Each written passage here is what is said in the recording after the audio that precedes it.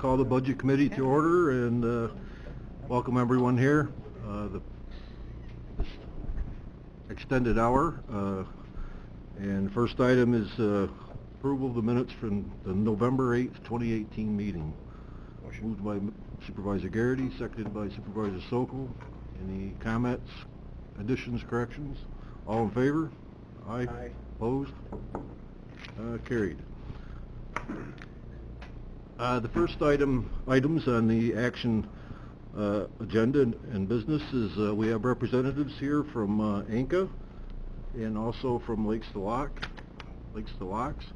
and Caitlin Wargo, I believe, is here from ANCA, and they're here to do presentations to us. We do contribute money to their operations through our budget, and it's been suggested to me in the past that these folks come before us, and here they are. Thanks so much. We have presented to a number of committees, Economic Development Committee, before the entire board, but not to the Budget Committee. So considering that you are responsible for our appropriation each year, this is definitely appropriate for me to be here. So first of all, thank you from the Adirondack North Country Association for helping to fund our work. We are growing the new economy, concentrating on local food, local energy, and local businesses.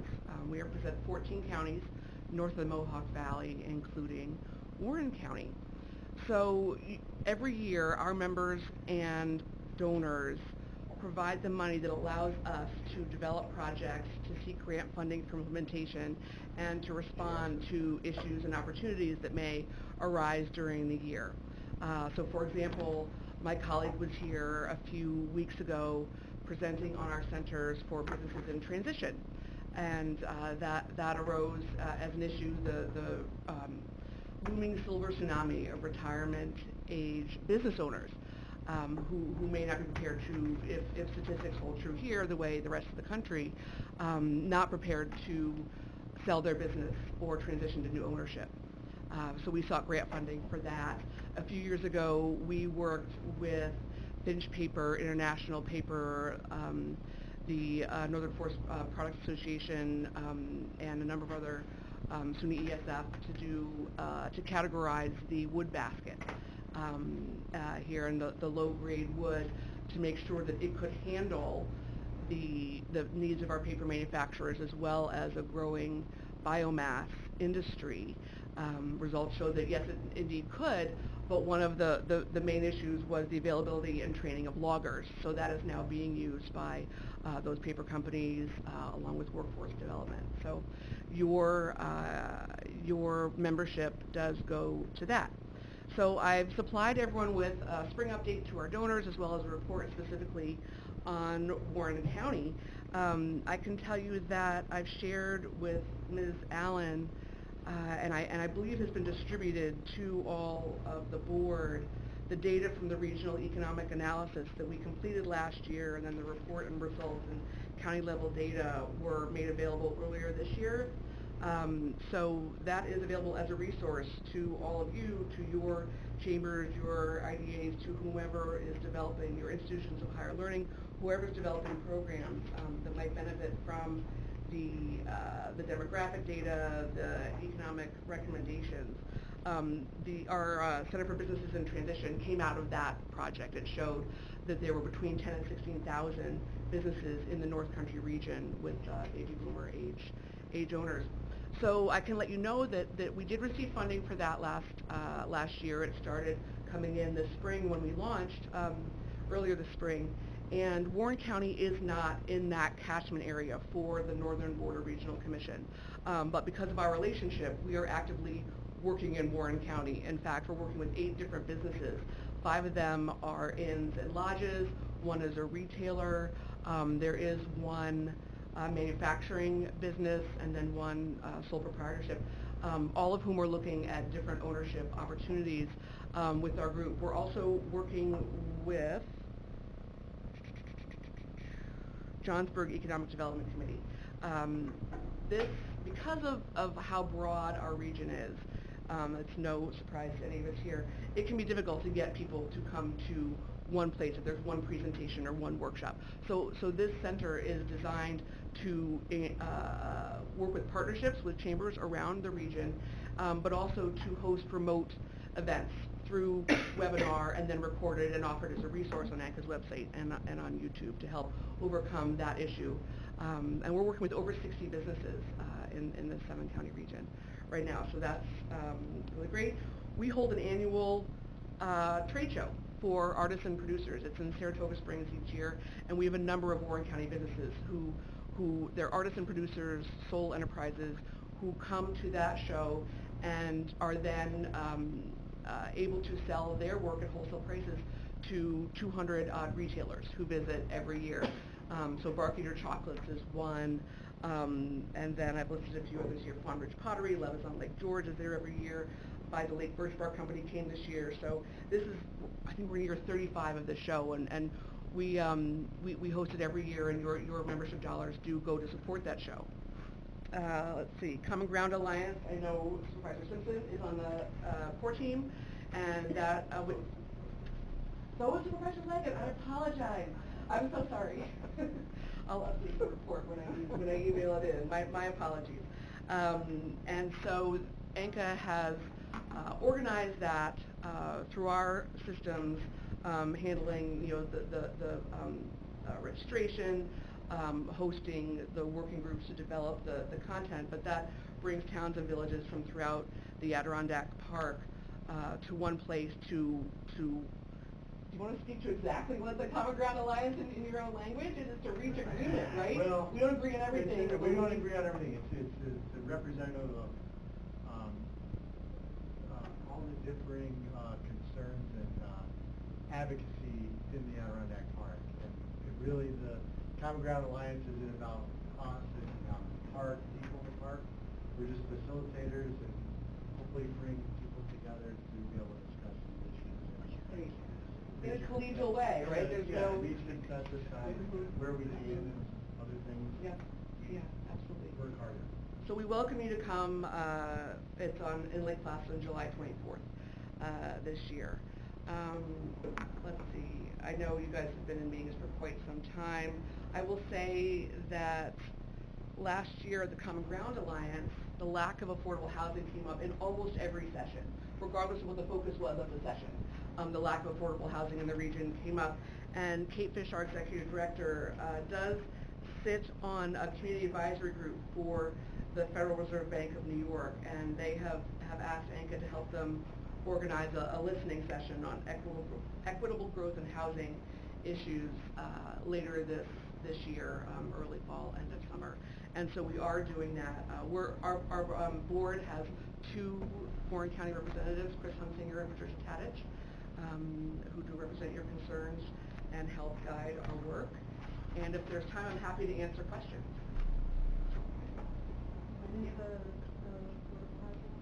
It has not been scheduled yet. We actually have an organizational call this coming week. They just asked us last week. We said yes. So I can forward that information to Ms. Allen, who can share with the board. Is that correct? Okay, great. Any other questions for Caitlin? Great. If not, thank you very much. Thank you. For coming down. We appreciate your support. We do a lot of really great work on a shoestring, and your funding is instrumental in helping us do that. So we appreciate it. Thank you. Next, we have Janet Kennedy from Lakes to Locks, and I believe she has a PowerPoint presentation she would like to put before you. And I believe within our budget we contributed $2,000, I believe, Lakes to Locks. I want to thank you all for giving us giving me the opportunity to speak to you about what we're doing for Warren County, and in particular your communities and the small museums and smaller destinations in the region. Your support has really allowed us to do a lot for those interest groups in Warren County. Lake Shillocks Passage, for those of you who may not know, we're a designated New York State byway, and we serve 7 counties, basically from the Capital Region all the way up to the Canadian border. We are the only all-American road in New York State, which is the Federal Highway's premier designation for byways. And with that, I just want to let you guys know that when you are applying for federal highway transportation funding, particularly things like downtown improvements, sidewalks, all that sort of stuff, let them know you're on Lake Shillocks Passage and that it's an all-American road, and feel free to contact me and I can help provide the support letters that will give you some bonus points when you apply for statewide federal funding for things like downtown improvements and stuff. And that really the byway, they're designed to help promote and connect the historic, natural, cultural, recreational resources in the region, and particularly linking them. As you know, I mean, you guys are all travelers. You don't usually go to a county, you go to a place or an experience. And you don't really look like, oh, cross county line, turn around, go back. And that's what we work on doing, is trying to weave these things together, particularly thematically. To do that, particularly to attract the national international travelers, several years ago we entered into a partnership with the National Geographic, which has us as a geotourism partner. And with that, we get to use the yellow box branding, as does your county tourism people, which I know they've got a link to it and on their website. But I think we can do more with it, and I'd be happy to work with Joanne and others in the county tourism to do that.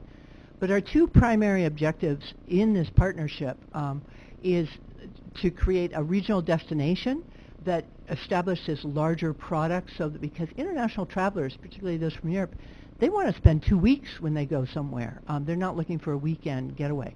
So to create that greater destination, and that branding, as I said, that yellow box is that sort of good housekeeping seal of quality.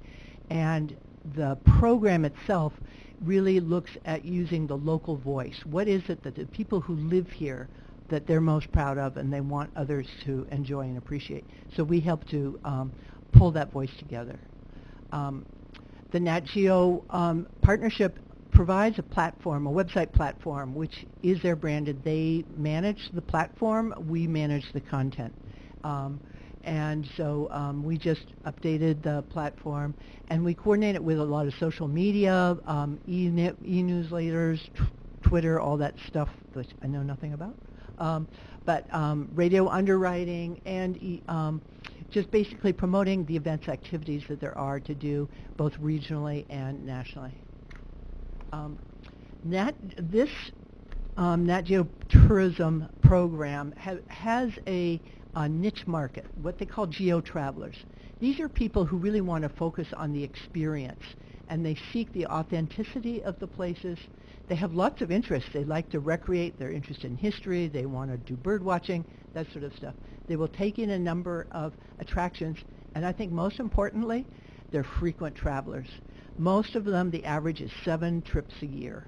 And they sort of hang those trips like scalps on a belt. They really want to go and go back and tell their friends that they met these great places or found these special things that really are not on the mainstream. There's an interactive map guide that allows us to put in points of interest. All of Warren County is eligible to put in points of interest, and we have stuff from all I think every municipality in the county have businesses, sites, attractions, and we link them thematically with each other. We promote what we call waypoint communities, and technically the waypoint communities in Warren County so far include Glens Falls, Queensbury, Lake George, Bolton, and Hague.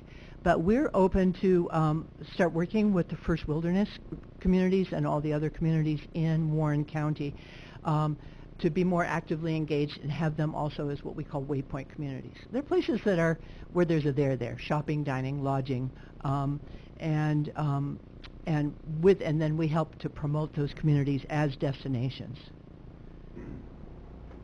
Some of you may remember that a few years ago we got some grants to do what we call passage minutes. They're short little videos of sort of fun factoids or things about the communities, and we have those as sort of a like a sort of claim to fame for the communities. Here's two of them that are on our website, the one for Thurman and the one for Warrensburg on the shirt factory. But on the website you can see, not only do you see the video, but it also will point out the other points of interest within that community. So, so there's a lot of internetting or whatever, interworking within the website. And then we also work within these waypoint communities to it. Oops, I think we jumped one. There, heritage centers, to work with the communities to establish what we call heritage centers. And that's where we work with the existing museums, libraries, education centers, whatever places that the community would like to have as being sort of their center stage for meeting and greeting visitors. We have a partnership with the Chapman Museum and with the Bolton Historical Society right now, and we're welcome to do more of them. And we do try to seek funding to help in exhibit management and development, that sort of stuff, events, activities in the community that's hosted by these heritage centers. The Chapman Museum that's the Chapman. So that freestanding exhibit, there is I think you can see there's a one of those touchscreen monitors, and so that goes to all of the content that's on our website as well as the stuff the Chapman Museum, directing people to and around Warren County sites. Some of the communities already have what we call community kiosk panels, and these sort of give a little thumbnail description about the community, and then identify points of interest within the community, as well as what you're going to find in the next community, north, south, east, and west. We don't have all of these for all of your communities, but we would like to help make that happen. Updated brochures. Last year, we updated the Lake George region brochures, and here's some for you in English and French, because you guys do have a lot of French-speaking visitors. And that highlights the sites, the primary sites to visit, as well as other information of organizations that tourists might be interested in seeing. We bring this all together to what is called International Powwow, IPW. That is the international travel and trade show in the United States. It's usually held in Florida. I think the Disney World things, they like to have it, although I think 2 years ago they had it in New Orleans.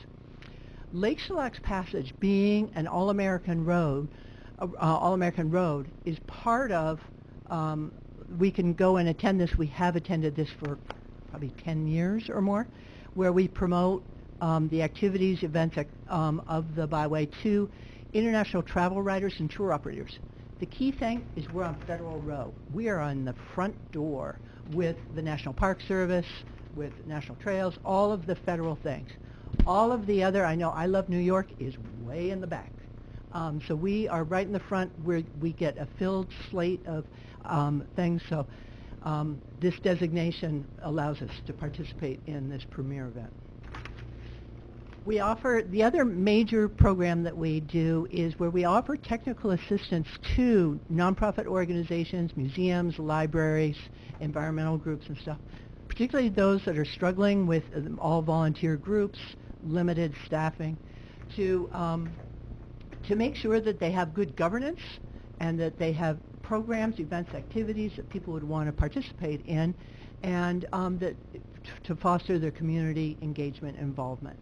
So we have a grant through NISCA, that the New York Council on the Arts, to have a series of workshops and trainings for people to participate in. And we've been doing this for several years. It's, I believe, have been very well attended. And we have one coming up in June, and that's on leadership and management, developing and guiding an effective board of directors. So if you guys want to take these back to your communities, pass the word. We have it in our website. And I'm going to have, we just picked up a new staff member, make sure that all of you guys as supervisors are on our email list to make sure that you get these things. But this is a particularly good one. It's going to be sponsored by NICON, the New York Council of Nonprofits, and they know all the ins and outs and legalese of nonprofit organizations. We also provide one-on-one technical assistance with the museums and organizations, and many of the county museums have contacted us. Sometimes we have sort of what I call sort of the crisis call center, when they call up and they need, oh, we've got some disaster that happened, or we're having a problem with our collection or whatever, and we can provide that one-on-one service to help them in either on the spot, or we send them to where they can get that information. We also, during the year with these workshops and trainings, we offer a series of workshops that foster thematic connections. Last year, we did it really focusing on the Champlain Canal, and through that process, we were able to help the Chapman Museum get the Smithsonian exhibit on water. I don't know if you guys have heard. They're going to be having this special exhibit that the Smithsonian Museum has put together. It's coming to New York. It's going to be in 5 places in the state, and one of them will be the Chapman Museum. And it will be like Thanksgiving through New Year's. And we are working with them to do part of the exhibit that presentations, interpretation stuff of waterways and their use for transportation in particular, because that's really what Lake Salaux Passage is all about. Before there were roads, it was this waterway. So one of the things that we did, which is on our website, in the Lake Champlain region through a Department of State grant, was we developed the Lake Champlain Byway Trail.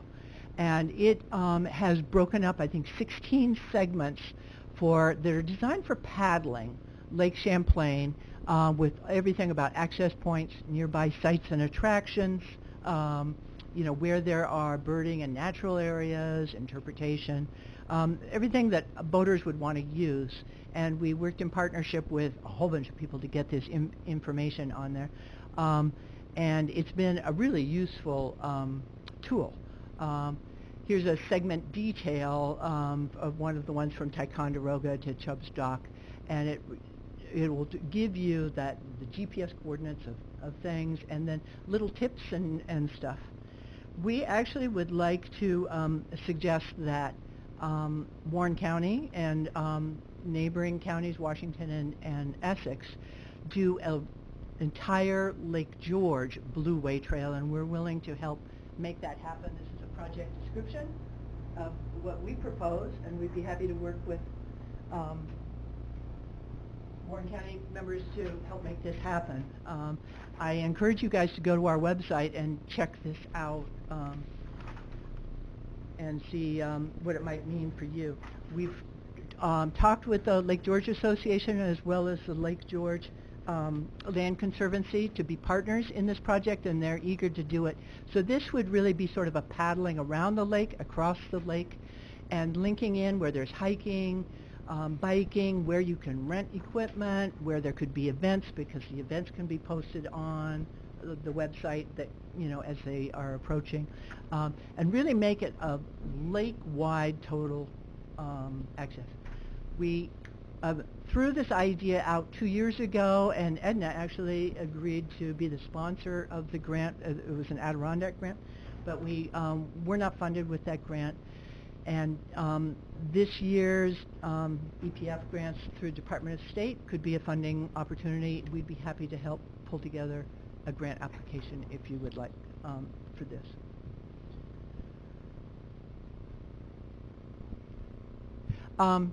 One of the things we've done is put together itineraries of, like I said, those thematic connections.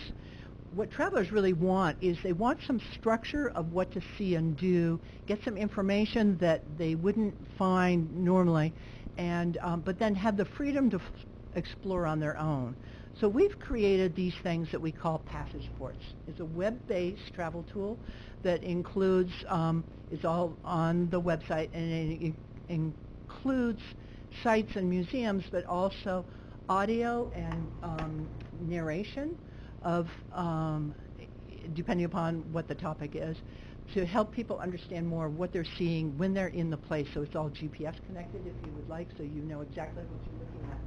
And a couple of them that are already done. We just finished one for the story of iron in Essex County between Mariah and Crown Point, and talking about the extraction of the iron and the stories. It goes, and we have this, with a lot of primary research, we actually have diary excerpts from people who worked in the iron mines 150 years ago, to contemporary people talking about the iron industry and what it's done for their communities. And it's a really, Crown Point, Mariah probably aren't the sexiest destinations on the planet, but it's a very emotional experience, and that's exactly what these geo-travelers want. They really want to know the heart and soul of your communities, and I actually think this one is really pretty cool. We did one for the Turning Point Trail, which is about General Burgoyne's campaign to the Battle of Saratoga. Again, we took the diaries and notes and letters and stuff and voiced the people who did it. So you're getting to know the actual people, Burgoyne, the other people with him, this guy Wasmus, who was the doctor, the German doctor with him, and fabulous stories. And in the end, it sort of brings a tear to your eyes. It brought a tear to my eye when, and it's all from the British perspective. So it's a whole different story brought from their perspective. And then there was a side story that we did going to the Battle of Bennington. Again, I encourage you guys to go to our website and check these out. Send your friends and neighbors to them. We've done some other rack cards. This is one on bird watching sites, one on the working landscape. The working landscape is accompanies a guidebook that we did on the agriculture sites in primarily Essex and Clinton County. Again, these are things we can replicate here in Warren County.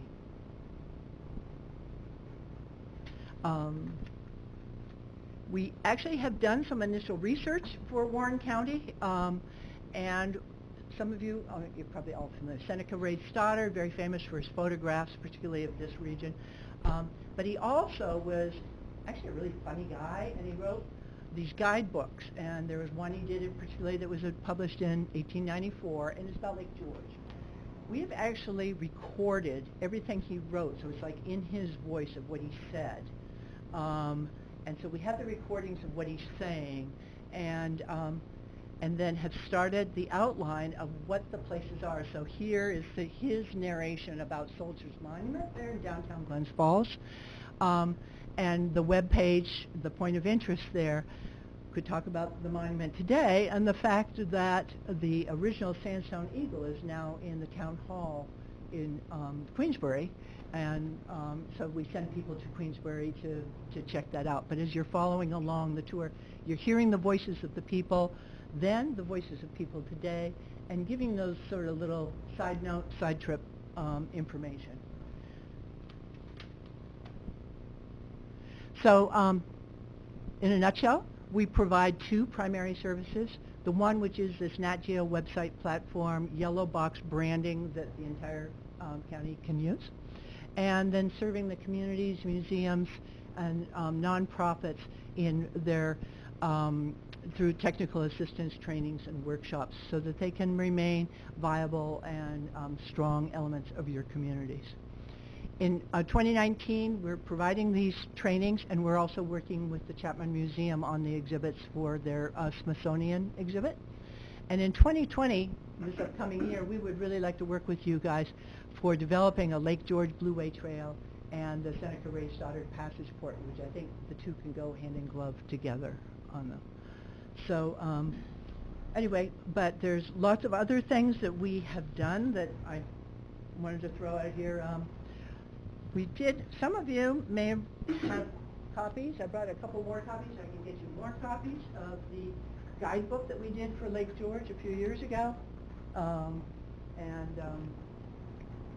This one, again, features all of the communities along Lake George and some of the backstory and history.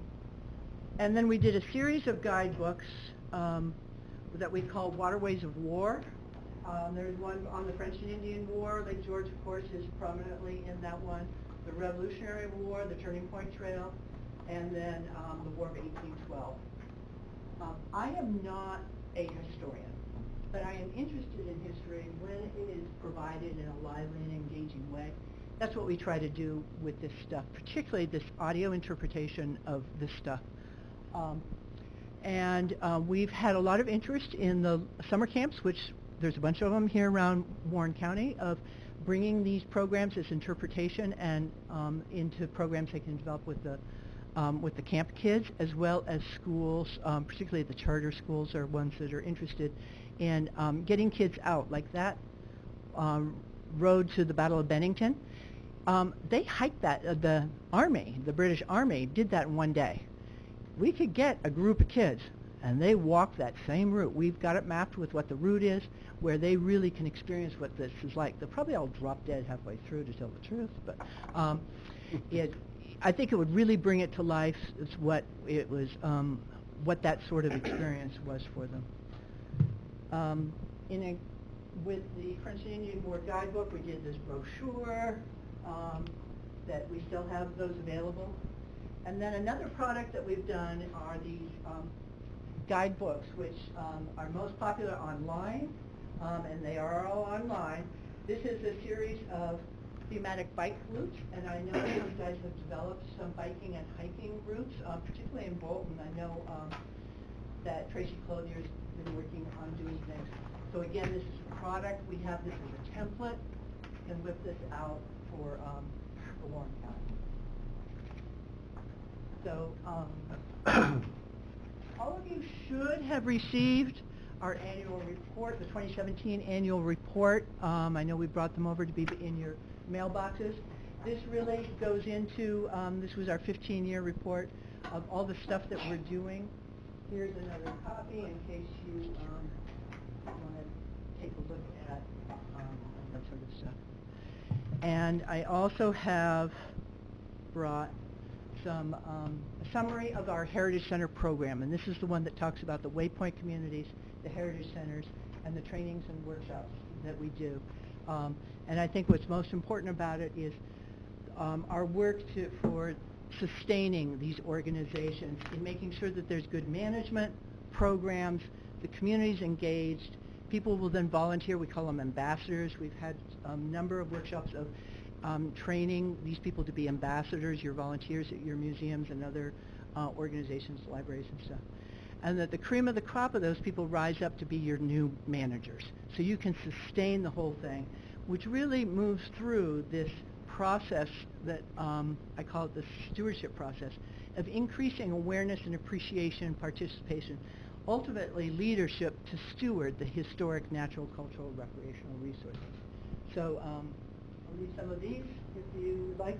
Also see that describes the program, and that's what NISCA is helping us with, getting the word out and doing the trainings and that one-on-one technical assistance.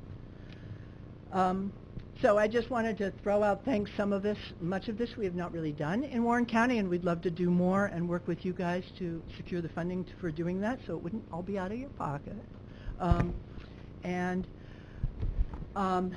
2012, after the economic crash and everything, the Federal Highway Administration dropped funding of the Scenic Byway program.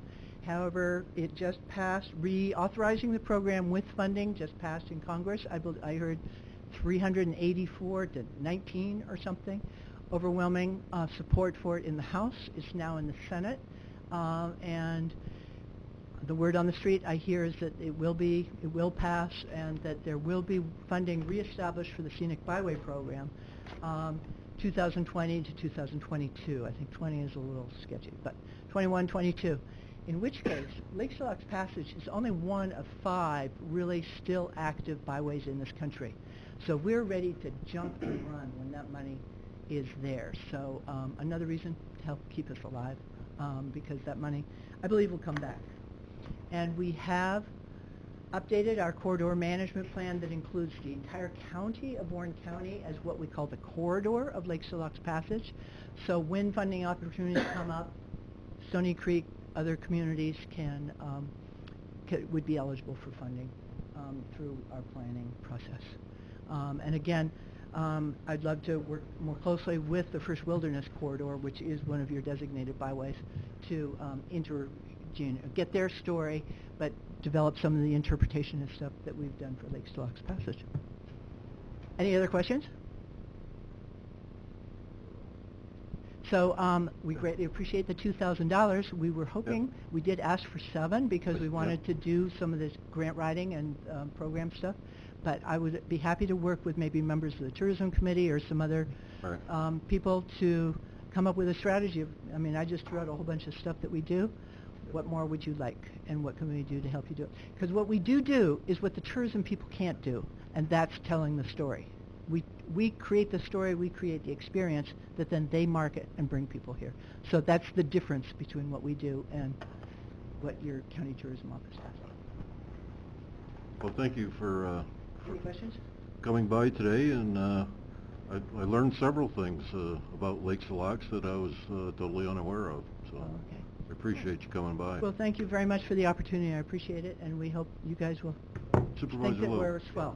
Thank you, Chairman. Could I just get you, could you just reaffirm what you just said, that you produce this, but you're not the ones that spread it around to the end users? We do. It depends upon the product. The brochures, they're all sitting in our storage room, and we bring them over here. The county only wants, a box at a time, but we get them around to various different places for the brochures. The guidebooks are all available online. You can just download them. If you want to buy the book, we sell them for $15. But like the Lake George one, we could probably get a couple boxes, because I think we've got 2,000 copies of that book in our storage room, and get them out and about for people, to the county tourism office and to the communities and stuff. So we're all ears for how to distribute it a little bit better. Most of our stuff is online, so it's sort of an online thing. But we have a pretty good. We have 100,000 visitors a year, legitimate visitors. These are not the people jamming the websites from India and stuff. These are 100,000, and a lot of them are passed through from National Geographic and Nat Geo Traveler and the Nat Geo website. So, so we are bringing more traffic to the region through the Nat Geo partnership. Very good. Any other questions? Thank you. Okay. Well, thank you very Thank much you. for your time. That was excellent presentation. Wonderful. I'm impressed. We only give them I know, I'm thinking we give them one 3,000. A few years ago. Look at all the stuff they... Tell Frank to think about that. Yeah.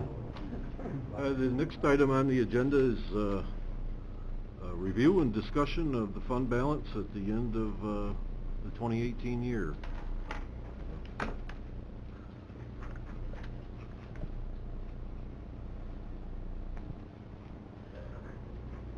Looking at the treasurer's report from the end of April, it stands at approximately nearly $23 million, which last year was about $19.5 million. So it's 2018 was a very good year as far as sales tax and money that wasn't spent. Since that time, we have appropriated by my calculations anyhow, I may have missed something, or about $1.381 million out of that fund balance. That was items that wasn't put in the 2019 budget, but that's items that the board felt that we should do.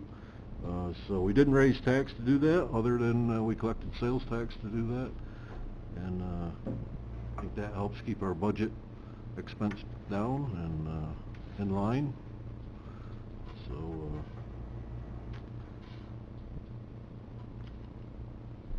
So we still have a considerable amount of money that is above. I mean, if you go by our guidelines, I think our guideline is 10 to 16 million. So, opinion, that's low, but it is what we have. Right, right. So I think that ties right into maybe the last item there, and whether it's a reserve or establishing a capital project or something that the board would feel that should be done. I think 2018 is, or after 2018, I think now is the time to consider that. Whether it would be Board of Elections or EMS or maybe 6 more sheriff deputies, you know, it's just, the list goes on and on, so. Or the board can choose to do nothing, so. Yes, Mr. Swan. One of the things, I hope I'm not jumping on you, Mr. Chairman, but No, you were at it. the SUNY Adirondack is going to be coming. So if you're going to consider starting these kind of reserves, which I am in favor of, Mhm. is beyond that list. Yep. Chairman Conover. Yeah, they, along with the towns and any number of other entities, are submitting for their Right. capital requests. And I think that the campus, the infrastructure of the campus, et cetera, I mean, I think the prudent thing to do is stage is to have a reserve established. It doesn't have to be today, but I think it may be going into the next budget cycle, if not today, where some amount, be modest at first, is put into that reserve, because at some point in time, the buildings or roofs are going to have to be replaced, parking lots are going to have to be done. There's going to be those kinds of expenses, and the only place we really have to go is our fund, an unobligated balance, and I think there's a better way to budget for those inevitabilities. I would even suggest not only the electronic, the voting machines, but this campus itself, jail, the corrections building, this building, social services building, this entire campus has, everything has a life cycle. And some of these capital items are pretty big ticket items. You have to replace a major roof on one of these buildings. You're talking a couple $100,000 easily. So again, I think a reserve, a modest reserve, dedicated to the capital infrastructure, this entire campus, SUNY, Adirondack, SUNY Adirondack, and it could be, I'll just pick a number, let's say $25,000 a year. Some people may consider way too modest, but in 3 or 4 years, you've got $100,000, but also you've got $25,000 worth of cash flow that can help pay for some borrowings as well, of say $250,000. So just in a few years, you could easily have enough money to do a major capital infrastructure project on this campus or on the SUNY campus, because you don't know with that fund balance going forward where that's going to be. You don't know what demands are going to be put against that. And when it's in the fund balance, it's like all the demands go, unanticipated demands go to the fund balance. So I would support the notion of some dedicated reserves. Again, it doesn't have to, we don't have to go over the top of this sort of thing. We can begin modestly. I mean, just saying that when they replaced the roof on this building in the late 90s, when I was in over $1 million on this building. So, yeah. Supervisor Bramer. Thank you. All I'll say is I agree with the chairman that we should have some sort of capital reserve for our campus, and City Adirondack is certainly something that's important to our county, and we're responsible for its growth and care. So I don't, 25,000 seems too small to me, but where do we come up with that money? I'm not a huge fan of trying to continue raising our property tax levy, but Right. maybe there's a different revenue, sales tax money. Supervisor Simpson. Would that also include like our DPW buildings? I know in Johnsburg we're in a temporary position. We need a, you know, that building is something that's been put off since I've been here. And it's not a good, it's temporary, at best. It could include all of them.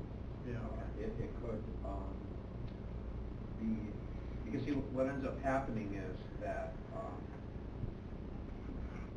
it's not necessarily you're increasing taxes, because historically, some amount of money each year has been falling to the fund balance anyway, right?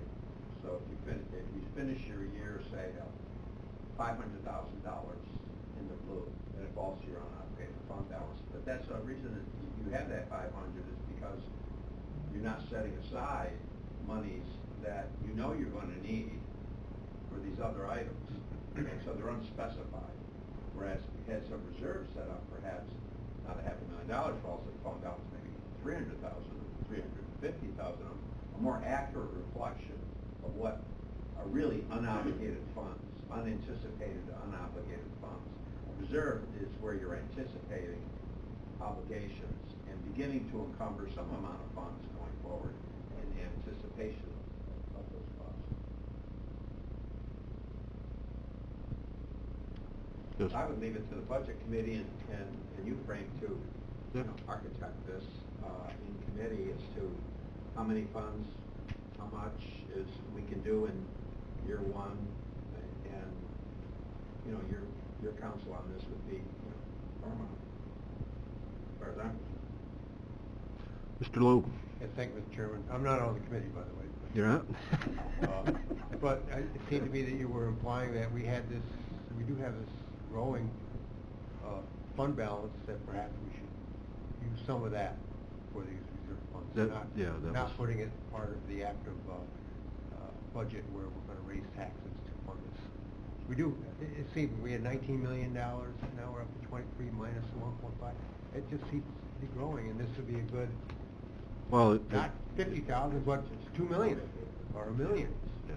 So it's something of substance that if we need to put a big project on, we've got it. We don't have to bond it. Well, because of the growth in the sales tax last year, I think that's what fueled 90% of it. I wouldn't say that it's going to continue to keep growing like that. Hopefully it does. I mean, that'd be great, but I think to use some of that money to establish reserves and get them started, then see how to fund them would be prudent. Supervisor Sokol. Thank you, Mr. Chairman. In an effort to help smaller towns, is there any way we could establish reserves to help? I mean, I listened to Gene and I listened to Kevin, and if there's I know it's sales tax money and they already get their share, but is there a way to give more money, like a Christmas bonus, if you will? I mean, how do we dedicate some monies to these towns if we're realizing more money at the end of the year? Yeah, well, that's up to the board, I would say. You could do it through a reserve, or you could just appropriate it, I suppose. Just a thought. I think when we got this assessment, I think that's exactly where it's going to take us. Exactly in that direction. Ryan, you might want to chime in here a little bit with some budgeting ideas, but I think that's exactly where, at least from my way of thinking, exactly where. Yeah, that's really what we're trying to do, and having the towns and the other partners, including the college, which has submitted projects, is what we're trying to do, is get a handle on what the needs are that are out there, what it'll take to fund those. And the question is going to end up being, is the current structure that we have adequate to fund the need? We still need to do the multi-year update. We'll be doing that over the next couple of months. But I would just remind the board that in the out years last year, we were predicting a structural deficit opening up of several $1 million. So, I would want to be cautious about pulling too much out of the fund balance when we have that on the forecast. So that doesn't mean we can't do it, but we should just have a full picture of what what we want to do and what the need is.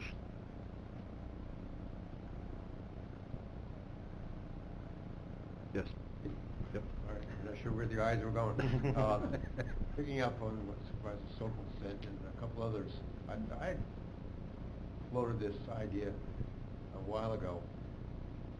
We fill out grant applications to the state government and the federal government, but along the line of maybe we could set up some sort of grant program. When we have the funds, the towns could apply for a grant for a special project. Yeah, we did something similar to that with the occupancy money here 2-3 years ago. I think that line has disappeared since then, but anyhow. Yes, Mr. Treasurer. There are several counties that have a grant pool of money that the local municipalities can apply to and receive grant money. And exactly what you're talking about, Supervisor Logan. And it's not reinventing the wheel. It's already out there. Several counties are doing that. But we're in a good position right now. There's no question. Hmm? We've got quite a bit of capital on hand, but I want to be very cautious that, one bad downturn in the market, we could be in trouble again. I need $10 million Right. in my hands every month to pay bills. Okay? I need $10 million every month to pay bills. So we got to be careful. But I'm in favor of doing these type of reserve things, because right now we do have the cash, and it's the time to do it. And if you do it right, it won't impact the taxpayer, and it will protect the taxpayer in the future. Right. Yes. I appreciate the thought for the smaller towns. I'd just like to throw out there some caution. I know it's done in other counties, but I would not like to see our smaller towns be pitted against one another in any way, competing for funds. I don't think that's going to end well for anyone. Last week, Ryan asked us all to think outside the box, to think differently about how we look at things. I would like us to maybe think talk about allocating funds to individual towns, but take this initiative that the chairman has and create something that funds it on a regional priority basis. I don't know what that is yet, but think bigger. Yes. Just to bounce off that, so like some sort of matrix system where we have all the lists, but things that are the most important bubble to the top, and we take care of that, and then we reprioritize, and it's somehow we have some scoring or some way of, I mean, I don't think the grant thing is a bad idea, but maybe not pitting each other against one another, just trying to look at it countywide. Here's the best thing, here's what we really need to accomplish. Here's what our goals And are. here's what the town wants to move forward with in any particular year. If they're not ready, then why, we shouldn't push it on them. See, not all capital projects mature at the same time. Some are just ideas today. Some are ready to go shovel in the ground. And so,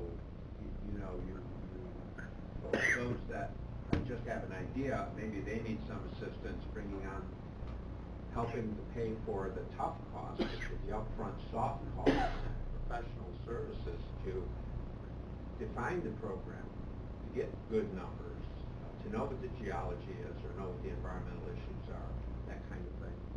Whereas another project might be more shovel-ready, as they say, and ready to apply for a state or federal grant. But now maybe the holdup there is they don't have the local share. So maybe we play a role with the local share. Yeah, I think in the event that we set up a grant program at the county level, which is a very interesting idea for us to look at, we would do what's ready to go, the ability of the town to do it, whether or not a town has the ability on their own to move forward, has to be a major consideration, as well as the regional benefit of the project. In my mind, those would be the three criteria. Makes sense. Somehow the Regional Transportation Council, the Adirondack Glens Falls, I mean, they have a bunch of different municipalities, and they find a way to work together and get certain projects done, and they're not fighting over the limited amount of money that they have to do stuff year to year. So, we can do it. I think when you see the initial survey, when you see it, I think it's going to be substantial. And I think it's really going to get a piece of it, because I think a lot of the towns have, the municipality, and even the county, even county departments are just now mobilizing to respond. They're not fully equipped to respond. They've never been asked before to provide a comprehensive picture. So you're going to have to give them some time to pull it together. And same thing with some of the towns. I submitted some things. All I can do is just submit the concept, because I don't have the numbers. I don't have any hard things, but I want it on the radar. So I submitted anyway, and I said, the information develops, I'll update that information. But I noticed, I haven't even seen the city's response yet, but I think it's substantial. I haven't seen it, but Cool Center, I know, is submitting some pretty substantial and important projects that we really need to seriously consider. A lot of towns out there have sewer and water needs that are imperative, that we have to, so you're right, a prioritization that way as well, right? Because a lot of times these sewer and water districts aren't the entire tax base of a municipality. They're a much smaller part of that municipality. I think it's exciting. It's exciting idea. Well, I wanted to start the conversation, and I know we can sit here and come up with a list of projects that 4 counties couldn't fund, but we do have priorities, and I think it's up to this committee to establish some priorities, and maybe we only establish 1 or 2 reserves, or what we think's important. So I hope to schedule another meeting next month, and give us a month to think about it, and maybe have some specific proposals next month. Back to your point, there used to be, initially there was a line item in the OCTAX program, I seem to remember $25,000 a year, 30, some modest amount of money. But no one ever applied for it. In fact, the first community to apply for it was yours, Mr. Chairman, to do a trail, which I think has been very successful in your community, drawing in a lot of visitors, and that somehow they kind of went by the boards.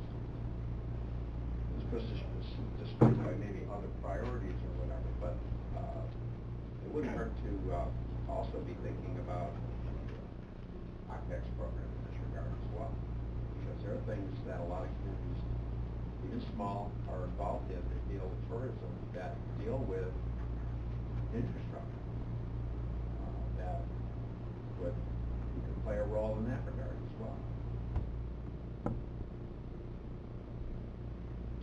Okay. I think we lost our quorum a while ago. Yeah. I guess we can move to adjourn. Let's just... I'll vote with you. We're adjourned. Good. Thank you.